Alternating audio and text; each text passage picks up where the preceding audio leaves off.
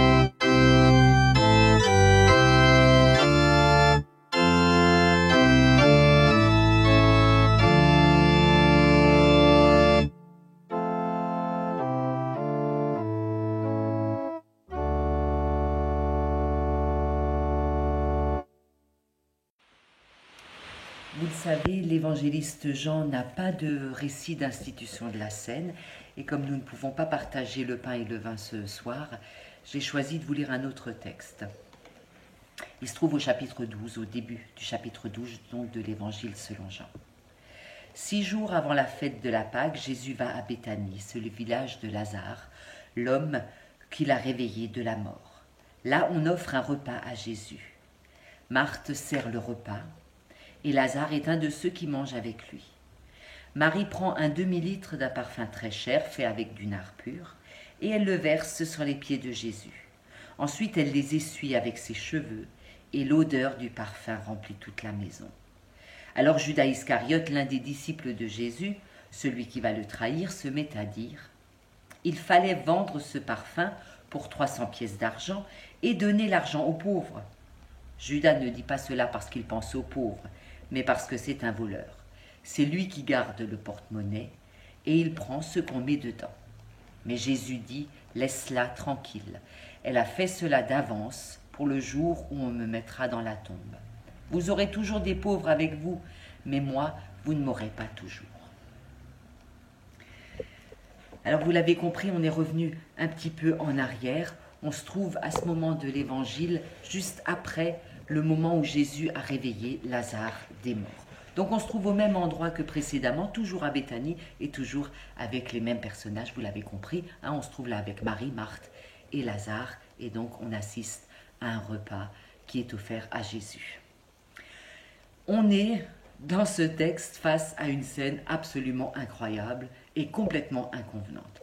Il y a des tas de détails qui nous montrent que c'est des choses qui n'auraient jamais dû se passer ou qui n'auraient en tout cas jamais dû être racontées. Jean est vraiment un évangile à part et encore une fois, ce soir, il nous surprend. Alors je vous invite à entrer un petit peu dans ce texte et à voir ce que Jean veut nous dire ce soir. Le personnage principal de cette scène, quel est-il? Eh bien, c'est une femme, c'est Marie, vous l'avez compris. Qu'est-ce qu'elle fait? Elle se trouve aux pieds de Jésus, elle prend un parfum extrêmement cher qu'elle verse sur les pieds de Jésus et après elle essuie ce parfum, enfin c'est les pieds de Jésus avec ses propres cheveux. Gâchis pour certains, vous l'avez entendu, on ne va pas s'arrêter à la manière dont Jean perçoit Judas, vous avez compris qu'ils ne sont pas vraiment copains ces deux-là. On ne va pas s'arrêter à ça, on va s'arrêter à ce que ce don que Marie fait représente aux yeux de Jésus, parce qu'il le dit, c'est le don suprême. Regardez et écoutez un peu ce que l'évangéliste Jean nous dit de Marie. On se trouve, vous le savez, dans une société où il y a une certaine manière de vivre. Et quand on est une femme, il y a une place à tenir. Les femmes d'un côté, les hommes de l'autre. Les femmes sont supposées être passives, c'est les hommes qui sont actifs. Et vous avez compris que Marie ne se plie pas du tout aux normes de la société de l'époque. Au contraire, elle fait preuve d'initiative, elle met à disposition de Jésus ses ressources économiques, qui sont d'ailleurs pas mal, et elle fait quelque chose qui n'est pas du tout admis. Pour ceux qui ont un petit peu de connaissances bibliques, et même pour les autres, vous avez repéré sans doute qu'on a là dans ce texte, et c'est clair que l'évangéliste Jean sait ce qu'il écrit à ce moment-là, on est face à des détails qui ne sont pas anodins. Le fait que Marie détache ses cheveux, qu'elle essuie les pieds de Jésus avec ses cheveux, on a là deux détails qui sont de l'ordre sexuel. Les cheveux d'une part et les pieds de l'autre part. Alors, Jean fait là vraiment un pari courageux parce que c'est parfaitement inconvenant, c'est même pour certains choquant, voire scandaleux.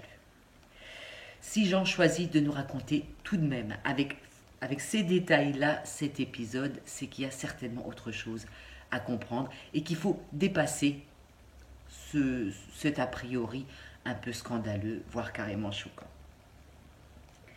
Marie ne se plie pas à l'ordre des choses, je l'ai dit un peu plus tôt. Elle est présentée par l'évangéliste Jean comme le disciple par excellence. Chez Jean, au même moment ou à peine plus tard, parmi les disciples, on a un Pierre qui renie et qui pleure. On a de l'autre côté un Judas qui trahit et qui embrasse. Et puis on a Marie. Marie qui accompagne totalement Jésus dans ce don qu'il va faire de lui-même, qui le préfigure, qui l'annonce déjà. Marie, en fait, nous montre ce qu'est être disciple. Elle préfigure le don total de soi, parce que Jésus deviendra une personne pauvre et exclue. Et Marie a compris à ce moment-là de l'histoire que venir en aide aux pauvres, se battre contre l'exclusion, se battre pour la dignité des uns et des autres, ça requiert un don de soi, un engagement personnel. Venir en aide aux pauvres, c'est pas simplement donner des sous et puis voilà, on a fait ce qu'il fallait faire. Non, Marie sait que accompagner l'autre dans son exclusion, dans sa pauvreté, c'est aussi donner de sa propre personne et pas seulement un petit peu de son argent. Elle le fait ce jour-là, elle accompagne totalement Jésus dans ce que lui-même va vivre quelque temps après. Alors oui, Jean fait encore une fois un choix tout à fait particulier par rapport à un Marc, un Matthieu ou un Luc. Jean, ce jour-là, quand il écrit ces textes-là, non seulement il présente Marie comme un disciple modèle, et il dit même que c'est à peu près la seule qui a compris ce qu'est être disciple à ce moment-là de l'histoire, mais en plus, il met hommes et femmes dans une parfaite égalité. Marie, ce jour-là, nous montre ce qu'est être disciple jusqu'au bout. Avec Marie, le don de Jésus est accompagné totalement. C'est ce qu'elle nous apprend ce jour-là.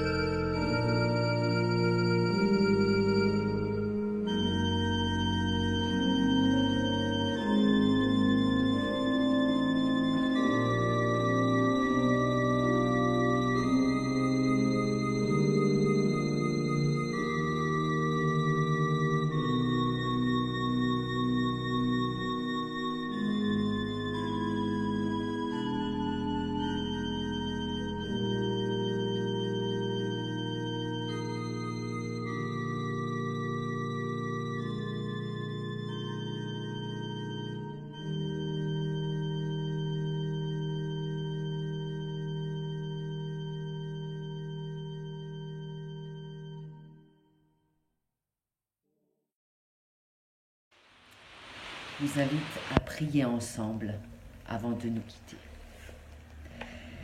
Et je voudrais lire la prière de bénédiction de la nourriture dans la tradition juive. Vous le savez, nos frères juifs célèbrent en ce moment même la fête de la Pâque, et je crois que c'est important aussi de nous associer à leur tradition.